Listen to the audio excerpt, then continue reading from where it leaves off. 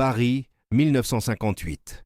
Le studio d'enregistrement Pathé Marconi sur la rue de Silly à Boulogne-Billancourt était considéré comme le temple de la musique française. Ses murs avaient absorbé les voix des plus grands noms du pays. Ses ingénieurs du son étaient réputés dans toute l'Europe. Et ses directeurs artistiques se comportaient avec l'autorité de personnes qui décident ce qui mérite d'exister musicalement et ce qui ne mérite pas. C'était un endroit où l'on entrait par invitation, où les contrats se négociaient dans des bureaux en acajou, et où la liste des artistes acceptés ressemblait davantage à un registre de noblesse qu'à un catalogue musical. Les gens qui travaillaient de là avaient développé au fil des années une certitude particulière concernant ce qui constituait un vrai talent et ce qui n'en était pas. Ce matin-là, un homme de 29 ans s'était présenté à la réception du studio avec une maquette sous le bras et les yeux de quelqu'un qui n'a pas dormi depuis 2 jours. Il s'appelait Lucien Gainsbourg, mais il avait commencé à se faire appeler Serge Gainsbourg parce qu'il pensait que ça sonnait mieux pour ce qu'il voulait faire. Il était grand, mince, avec un visage qui n'était pas ce que les directeurs artistiques de l'époque imaginaient quand ils pensaient à une star de la chanson française. Il portait un veston froissé et des chaussures qui avaient reconnu des jours meilleurs. La réceptionniste l'avait regardé avec l'expression polie mais sans chaleur de quelqu'un qui sait déjà ce qu'elle va dire, avant que l'autre ait ouvert la bouche. Il avait expliqué qu'il avait des compositions originales, que sa musique était différente de ce qu'on entendait partout, que si quelqu'un pouvait simplement écouter sa maquette pendant 5 minutes, il comprendrait ce qu'il voulait dire. Elle était allée chercher un directeur artistique du nom de Marcel Fontaine, un homme d'une 50aine d'années, avec les cheveux gominés et la confiance tranquille de quelqu'un dont les jugements n'ont jamais été sérieusement remis en question. Fontaine avait pris la maquette, l'avait regardée de la même façon qu'on regarde quelque chose avant de le poser sur une étagère sans l'avoir ouvert, et avait dit avec le ton de quelqu'un qui rend service en étant honnête: « Vous n'avez pas le niveau pour enregistrer ici. Ce que vous faites n'est pas de la chanson française, c'est du bruit avec des prétentions littéraires. » Il avait rendu la maquette à Gainsbourg avec un geste définitif et était retourné vers le couloir qui menait au studio. La réceptionniste avait regardé ailleurs. Gainsbourg était resté debout dans le hall d'entrée pendant un moment, tenant sa maquette avec les 2 mains, regardant la porte se fermer derrière Fontaine. Ce qu'on ne savait pas à ce moment-là, ce que personne dans ce hall ne pouvait anticiper, c'est que l'homme qui venait d'être renvoyé était en train de construire quelque chose dans sa tête depuis des années. Quelque chose qui n'avait pas encore de nom précis, mais qui allait changer la façon dont les Français écrivaient sous des chansons, dont ils pensaient aux paroles, dont ils acceptaient que l'art puisse être inconfortable et beau en même temps. Gainsbourg sortit du bâtiment et marcha dans la rue pendant un long moment sans destination précise. Ce n'était pas la première fois qu'on lui fermait une porte. Il avait grandi dans une famille de musiciens russes émigrés. Son père était pianiste, et il avait lui-même étudié la peinture avant de comprendre que c'était dans les mots et la musique que quelque chose en lui trouvait sa forme la plus exacte. Il avait travaillé comme pianiste de bar dans des cabarets de 3e ordre, jouant pour des gens qui ne l'écoutaient pas vraiment, pendant des années. Il connaissait la sensation d'être dans une pièce et d'être invisible. Mais ce jour-là, dans la rue, quelque chose avait changé dans la nature de sa résolution. Ce n'était plus simplement l'obstination de quelqu'un qui continue parce qu'il ne sait pas faire autre chose. C'était quelque chose de plus précis, plus froid, plus déterminé. Marcel Fontaine venait de lui dire que ce qu'il faisait n'était pas de la chanson française. Et Gainsbourg avait décidé que cette phrase était peut-être le plus grand compliment qu'on pouvait lui faire. Il connaissait un studio dans le 11e arrondissement que les musiciens qui n'avaient pas accès aux grands labels utilisaient pour enregistrer. Un endroit qui s'appelait Studio Davout dans sa version populaire, fréquenté par des gens qui travaillaient avec les moyens qu'ils avaient, plutôt qu'avec ceux qu'ils souhaitaient avoir. Les équipements n'étaient pas ce qu'il y avait de mieux en France. Les ingénieurs du son n'avaient pas les certifications que les grandes maisons demandaient, mais ils écoutaient ce qu'on leur apportait. Gainsbourg y entra cet après-midi-là avec sa maquette et rencontra un jeune ingénieur du son qui s'appelait Henri, 22 ans, qui travaillait là depuis 18 mois et qui avait l'enthousiasme particulier des gens qui aiment leur travail sans avoir encore appris à le faire avec cynisme. Henri avait écouté la maquette en entier, assis sur sa chaise, les yeux fermés, sans dire un mot pendant toute la durée de l'écoute.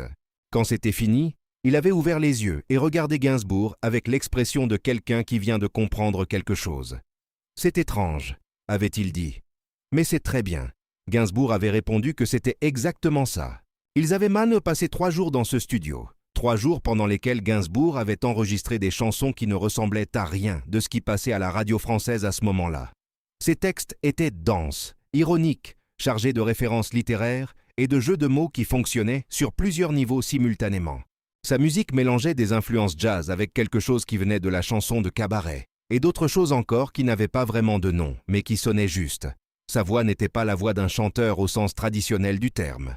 C'était la voix de quelqu'un qui parle avec une précision particulière, qui choisit chaque mot parce qu'il sait exactement ce que ce mot fait dans l'oreille de celui qui l'entend. Henry travaillait avec lui sans essayer de corriger quoi que ce soit. Il captait ce que Gainsbourg faisait et s'assurait que l'enregistrement le transmettait fidèlement. C'était exactement ce dont Gainsbourg avait besoin. Pas quelqu'un pour lui dire ce que la chanson française était censée être, mais quelqu'un pour s'assurer que ce qu'il était en train de créer existait correctement sur le support qui allait le porter. Ces enregistrements seraient inclus dans ce qui deviendrait « Du chant à la une », le premier album de Gainsbourg, sorti en 1958. L'album ne fut pas un succès commercial immédiat, mais il fut écouté par les bonnes personnes. Des critiques qui comprirent qu'ils avaient affaire à quelque chose qui ne ressemblait à rien d'existant.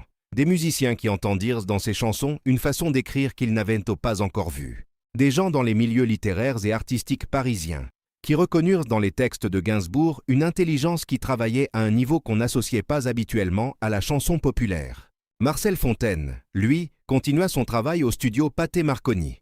Il signa des artistes qui eurent des succès respectables et qui furent oubliés dans les années qui suivirent avec la régularité tranquille des choses qui n'ont pas de racines profondes. Il apprit l'existence du premier album de Gainsbourg quelques mois après sa sortie, quand un collègue le mentionna dans une conversation. Il ne fit pas le lien immédiatement avec l'homme qui s'était présenté à sa réception ce matin-là.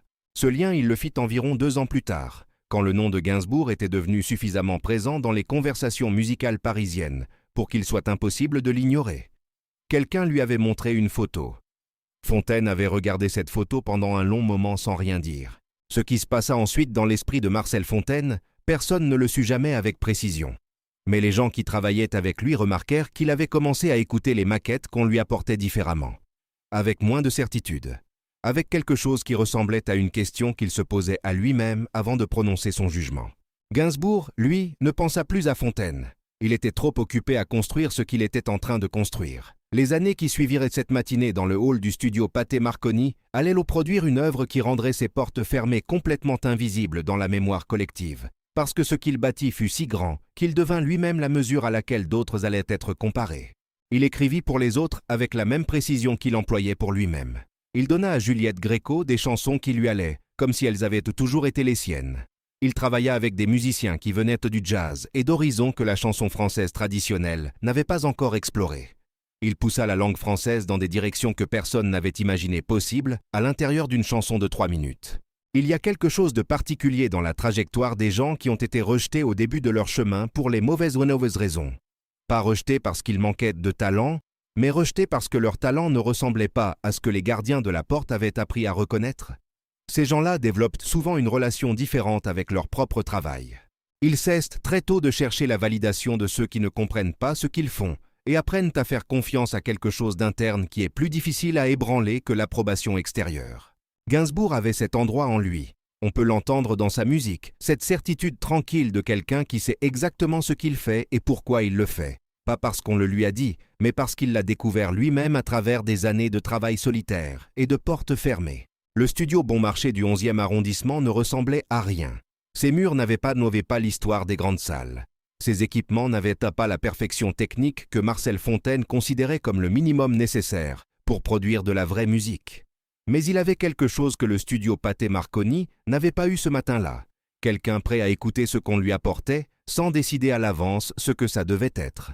Et parfois c'est exactement ça, la différence entre le moment où quelque chose existe et le moment où il ne peut pas encore exister. Pas la qualité des équipements, pas le prestige de l'adresse, simplement quelqu'un qui écoute vraiment.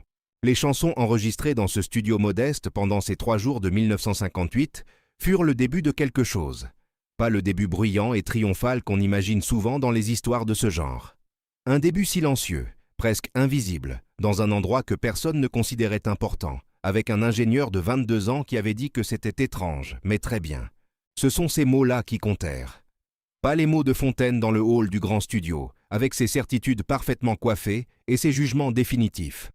Les mots d'Henry, 22 ans, les yeux fermés pendant toute l'écoute, qui avait simplement reconnu quelque chose de vrai quand il l'avait entendu. Il faut une certaine sorte d'arrogance pour décider ce qui mérite d'exister et ce qui ne le mérite pas.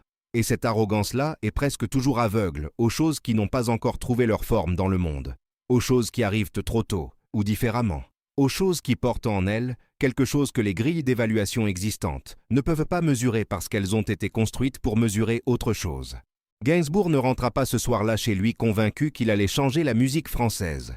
Il rentra chez lui avec l'enregistrement de 3 jours de travail dans un studio modeste et la certitude tranquille de quelqu'un qui sait qu'il a fait quelque chose d'honnête. C'était suffisant pour continuer.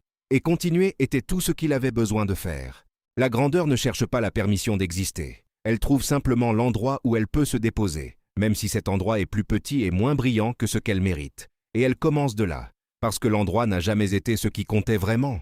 Ce qui comptait, c'était ce qu'elle avait à dire. Et ça, aucune porte fermée ne peut le contenir.